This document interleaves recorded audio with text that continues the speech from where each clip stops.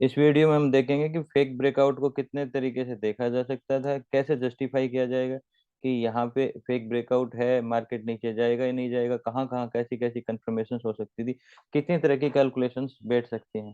Short video डाला था जिसपे कमेंट आया, जिसकी वजह से आज वीडियो बनाना भी था। देखो, मार्केट को हम स्टार्टिंग से देख रहे हैं। मार्केट एक गैप गैप अप का मार्केट था ये।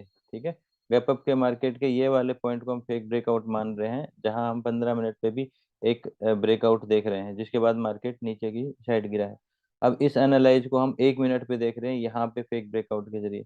तो सबसे पहले मार्केट अगर ट्रेवल करता है तो वो पैटर्न टू पैटर्न में ट्रेवल करेगा। ठीक है, एक पैटर्न से दूसरे पैटर्न, फिर तीसरे पैटर्न में, फिर अलग अलग चीजें बनाते हुए ट्रेवल करेगा। और हर पैटर्न की एक कमजोरी होती है। जैसे मान लो कि मार्केट यहाँ जा रहा है, ये वाला पैटर्न क्या है, ये हम बोलते हैं माइनस का पैटर्न। जैसे माइनस, अगर इसका फेक ब्रेकआउट हुए तो ज्यादा से ज्यादा ये पैटर्न स्विच करेगा दूसरे पैटर्न में।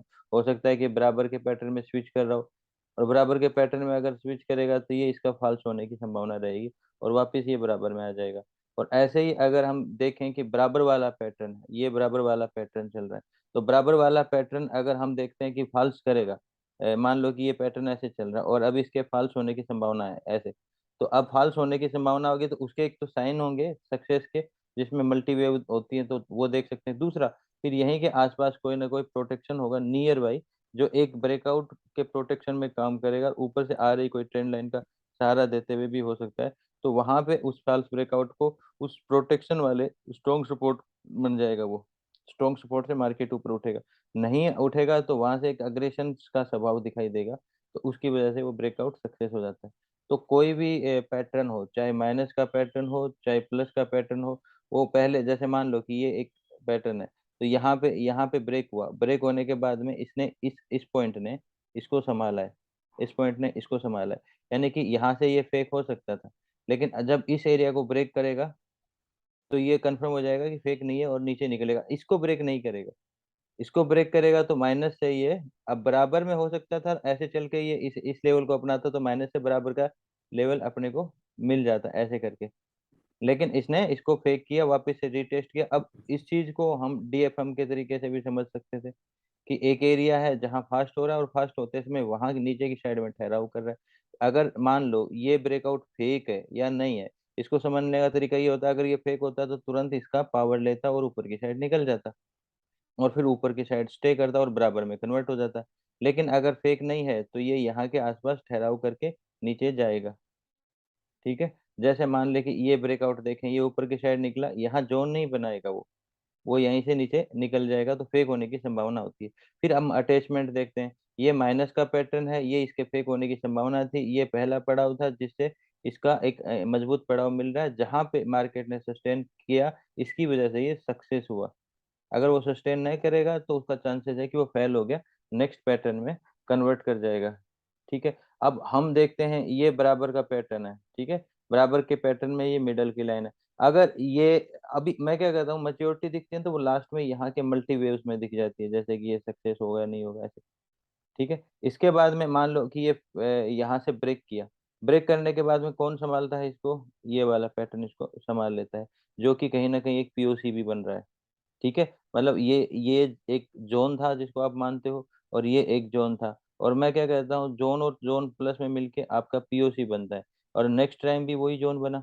तो अब इसका स्ट्रॉन्ग सपोर्ट क्या रहा पीछे के हिसाब से या इसके हिसाब से, ये इसका मिडल पिवो पार्ट हो गया।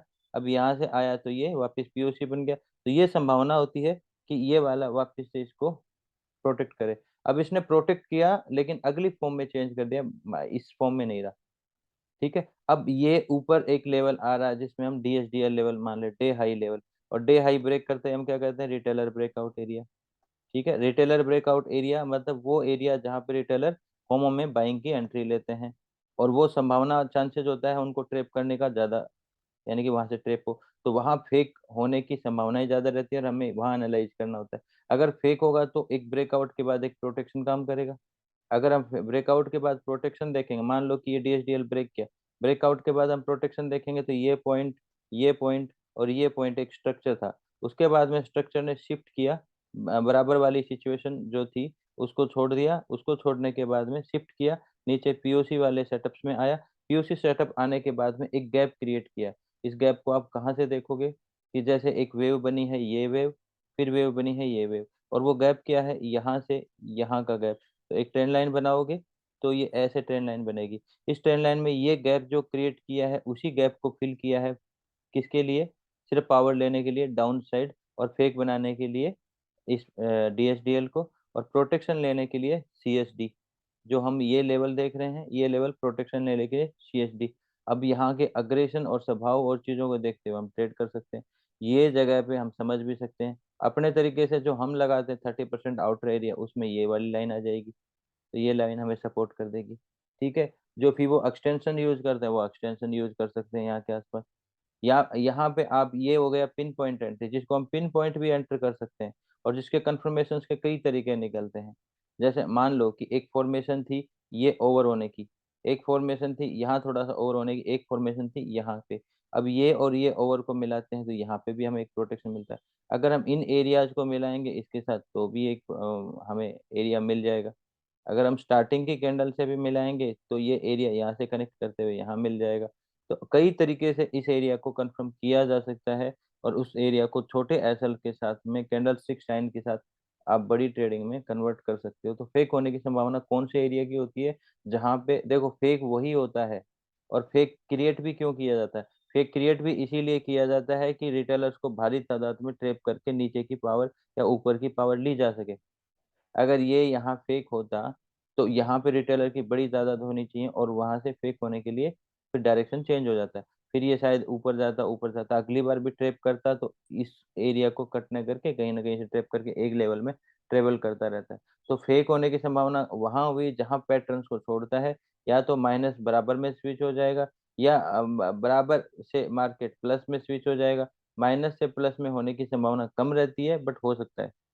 ठीक है, तो ये पैटर्न की कनेक्टिविटी और उसके साथ में आ रहे प्रोटेक्शन, ब्रेकआउट के बाद हमेशा इंपॉर्टेंट होता है। ये ब्रेकआउट के बाद हमेशा प्रोटेक्शन प्रोटेक्शन होता है, वो इंपॉर्टेंट होता है। और प्रोटेक्शन को मजबूत आप कैसे देख सकते हो, इस वजह से देखोगे आपको ब्रेकआउट मिल रहा है और ये एरिया कहीं ना कहीं ऊपर सस्टेन कर रहा है। यानी कि एक जो रिदम यहाँ से स्टार्ट हुई है, ये जो रिदम स्टार्ट हुई है, यहाँ पे एक वेव बड़ी थी, एक वेव छोटी थी, एक वेव छोटी थी, फिर छोटी थी, फिर यहाँ से इस वेव को, माइनस की वेव को इसने चेंज किया और पिछली वाली वेव के साथ सहारा लिया, और फिर वापस से बराबर में कन्वर्ट हो गया, यहाँ बराबर में कन्वर्ट हुआ, फिर रीटेस्ट किया। अगर हम पिन पॉइंट एंट्री नहीं कर पाएंगे तो कहाँ एंट्री करेंगे, एंट्री करेंगे इस जगह के आसपास, जो कि हम क्या कहेंगे कि एक इसका फिबोनाची हो गया।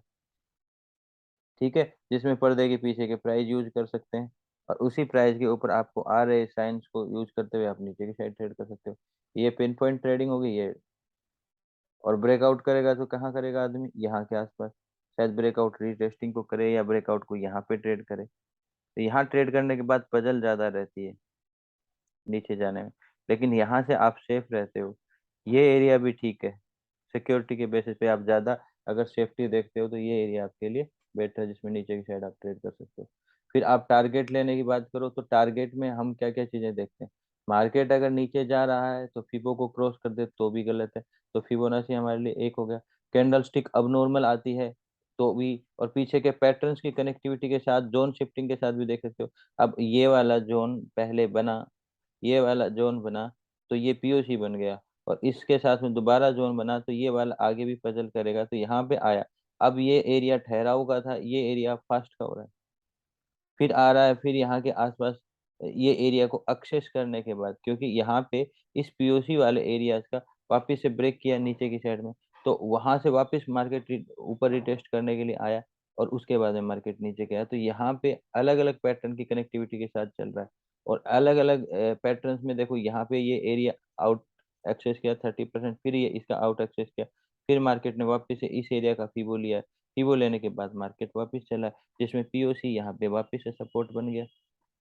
ठीक है, सपोर्ट बन गया, कैंडल स्टिक कन्फर्मेशन मिल जाती हैं, चीजें मिल जाती है, एक छोटा सा जोन बना यहाँ पे जिसका ब्रेकआउट हुआ, और उसके बाद नीचे चल दिया। तो ये चीजें रहेंगी। अब हम देखें तो यहाँ पे अपना लास्ट सरफेस एरिया आता है, ये लास्ट सरफेस एरिया तक आया, थोड़ा ऊपर उठा, फिर नीचे आया। ऐसे ही करके हम फॉल्स ब्रेकआउट वगैरह चीजों को देखते हैं। ठीक है, इसके तरीके में क्या क्या चीजें जरूरी होती हैं, चार्ट की कैलकुलेशन। और चार्ट की कैलकुलेशन में आपके लिए क्या जरूरी है, आप पैटर्न्स को समझ पाओ कि पहले किस फॉर्म में पैटर्न था, मार्केट ने कहाँ से स्ट्रॉन्ग ट्रेपिंग ले रखी है, ये एरिया ब्रेक किया तो मार्केट यहाँ से ट्रेप लेके बैठा है। और ये एक पॉइंट इंपॉर्टेंट है, ये इसका फीबो पॉइंट है। ये उसके बाद में आपका फीबो पार्ट का पॉइंट है मेन, जिसमें एक ट्रेपिंग और एक सहयोग मिल रहा है, इस एरिया की ट्रेपिंग और यहाँ प्रोटेक्शन मिलके पीओसी का सहारा लेते हुए मार्केट वापस ऊपर उठा है। ठीक है, फिर आया है इस एरिया को ब्रेक करने की जगह पे और ब्रेक कर दिया।